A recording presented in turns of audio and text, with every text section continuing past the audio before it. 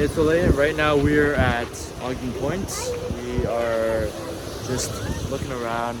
Gonna go down the breakwater area, walk all the way out. I got my throat over here. We are now right now at the Ogden Point breakwater area. So there's two paths. Oh, sorry guys. Sorry. No problem. It's all right. So there's two paths right here. There's one that goes, around, and it's a higher path, and then there's a more sketchy path that says danger. When there's high tides, you wouldn't want to go down here. But we're gonna take this way just for the adventure, and we'll take a look at that awesome view.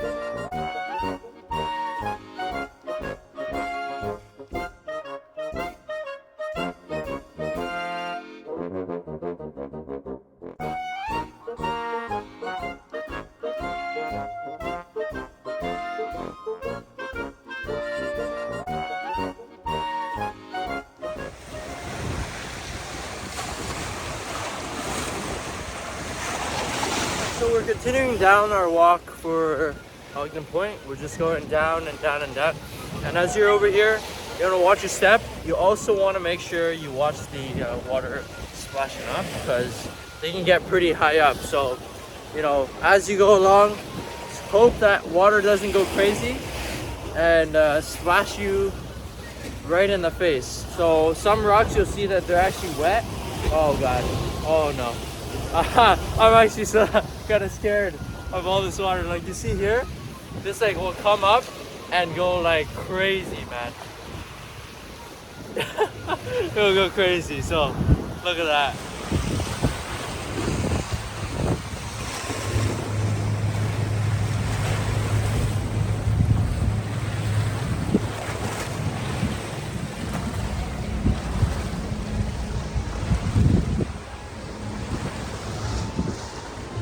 Reached the very end of Ogden Point, and this is just the view from here. I mean, this is where it kind of starts wrapping around again. You get a view of like the adjacent land over there, or I mean the land across from us, and then a view of the inner harbor where it calms down a bit, as you can see over there. So pretty cool walk, yeah.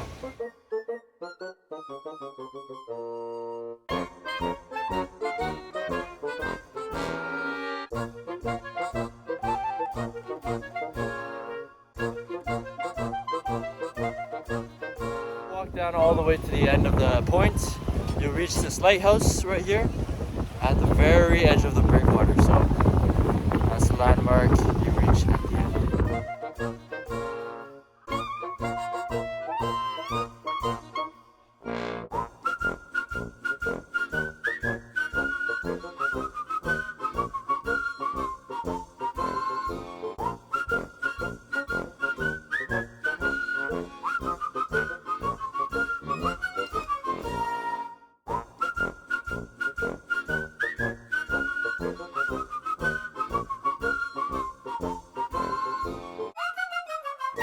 Waiting for a bus right now.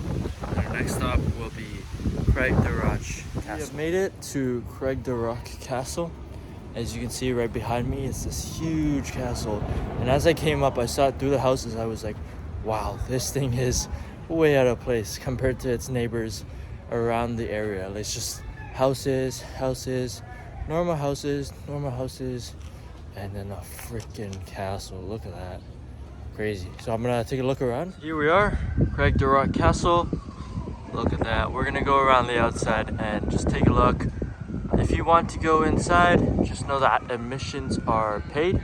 So make sure to check that out in the admission office, which is right behind me here. So this is the admission office, and you need a ticket to get inside.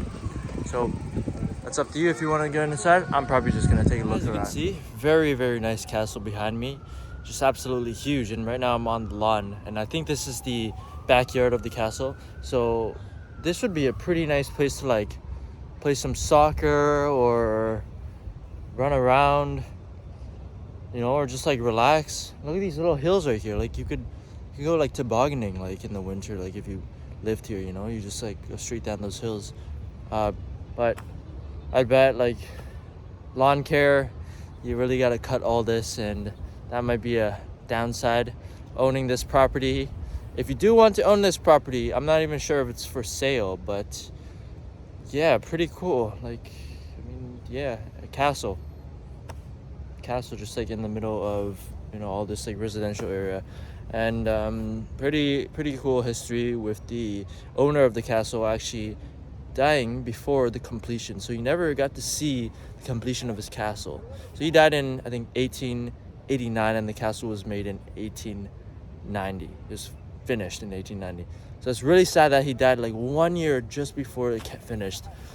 That kind of sucks. But he was a how do you say it, like he was a business owner. He owned a coal mine, and that was what he was really famously known for. That's how he made a lot of his money, and he thought, what better to show off my wealth than build a damn castle. So look at that, built a castle.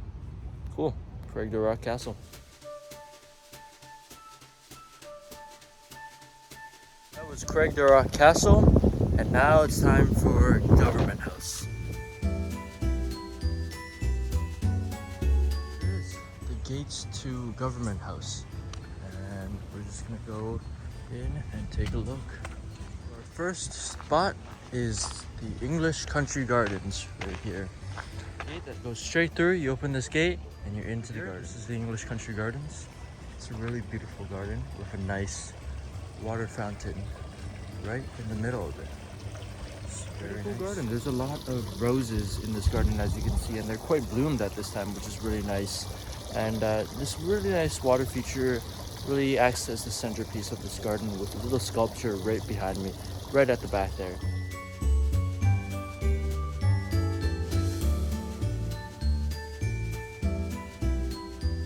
Right behind me was actually the sunken rose gardens right there. And now we have entered the herb garden right here. The herb garden. And there's a little half totem pole, or like 1/10 of a totem pole, with a sundial on it, which is pretty cool, right over there.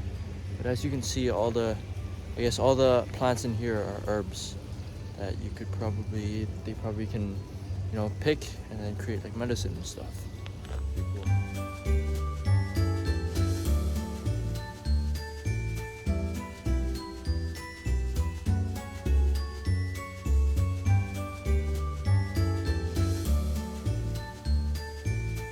Over here where we're headed right now is a lookout point onto the forestry below, as you can see. So right here you have a lookout point, and it just looks on into the forest right there.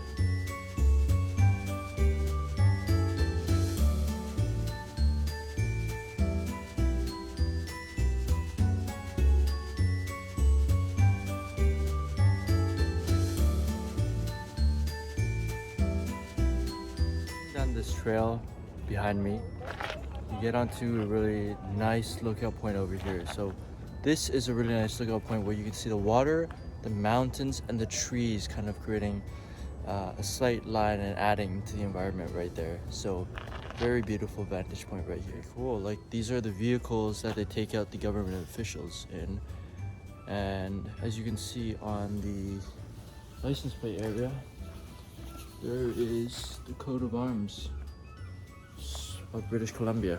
So I'm guessing when the lieutenant governor is here and they need to travel somewhere, they'll take him out in one of these. Here we have the Kerry Castle Mews. I'm not sure what mews means exactly, but there's a little garden over here. I think a vegetable garden, and this area is actually fenced off, so you can't actually get into the garden, but it opens up onto a really nice open field You can kind of just enjoy the sun and let that soak in. Over here we have the rhododendron gardens, which I think that means it's just like, you know, kind of forest vibe, forest type, with all the trees and plants that you'd see in a forest. Because as you look up, you see all these tall trees right up top right here. So these guys, the actual government house right in front of me. So it seems like a really huge building actually. And this house was not actually this is not actually the first version of it. Before this, there were two more, but they were plagued by fires, so the other two burned down, and this is the final one. It's still standing, so it's actually really cool. And we have a nice totem pole, and that seems like a motif around British Columbia because of all the indigenous people that were on the land before, and it seems like British Columbia is doing a very good job at recognizing a lot of the land and acknowledging it with the totem poles for the indigenous. Right behind me, also over here, this area you see a Canada flag at half-mast. I'm not sure what the occasion is. And then behind me a statue, not sure of who yet, I'll find out. And that's just all looking at the house right there, over house. So we're gonna see if we can get in and take a little look around. There's actually guided tours, and those are Saturdays 10 o'clock to 11:30. So you have to book online and you show up at the time of your booking. Unfortunately, it seems to be that everything is actually closed right now. So I think the only way to get in is during the guided tours, and you can see the inside. And that's kind of a bummer because I was hoping to check out the pool. Because yes, they do have a pool at the back, which is pretty cool. Wonder if the lieutenant governor just like, you know, had a long day, takes a dip in the pool, you know, or throws pool parties over here. So next time I come over here, I'm gonna do a guided tour so I can see a bit more. Here behind me is the duck pond, and over here I don't actually see any ducks, so I'm actually quite disappointed. But it does look like a really nice pond. So I just want to see some ducks. If it's called duck pond, it's gotta have ducks. But maybe the ducks are all hiding somewhere else, so we'll see them another day. That's a nice water feature, and I feel like a water feature just really completes the garden. It's a great thing to add. If you ever have a garden, please add a water feature because it will look amazing. It will look really nice. And as you can see, this actually just goes straight down into the water. So you can come right down here, right into the water. And if there were ducks here, well, you could pet some ducks maybe. Nice little water fountains in the water. Now over here, we're entering the Victoria Rose Garden, and we'll take a look inside.